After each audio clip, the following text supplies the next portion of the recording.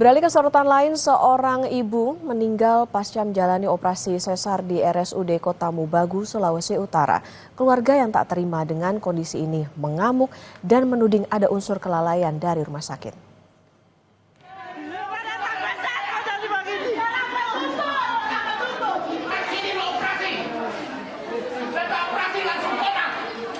Keluarga dari salah satu pasien mengamuk di RSUD Kota Mobagu pada Kamis petang.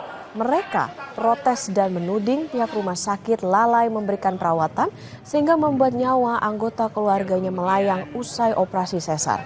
Dengan emosi, keluarga membawa jenazah pasien keluar dari ruang perawatan ke mobil ambulans.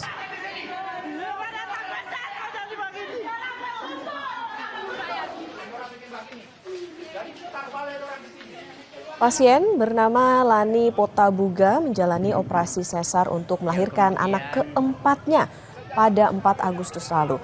Namun, 3 hari kemudian, korban meninggal dunia.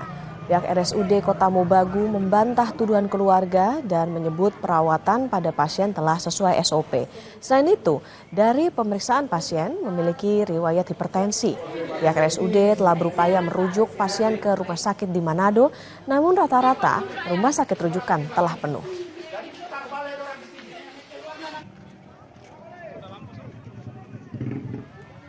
Yang kemudian resiko.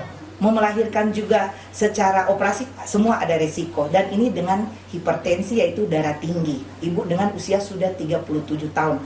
Itu high risk pregnancy. Pasien dalam keadaan stabil, tidak ada masalah, tidak apa. Anak sempat keluar, dia sempat bertanya, "Dokter, CLP anak apa?" Tiba-tiba langsung ada semacam henti jantung mungkin ya di antara perjalanan operasi seperti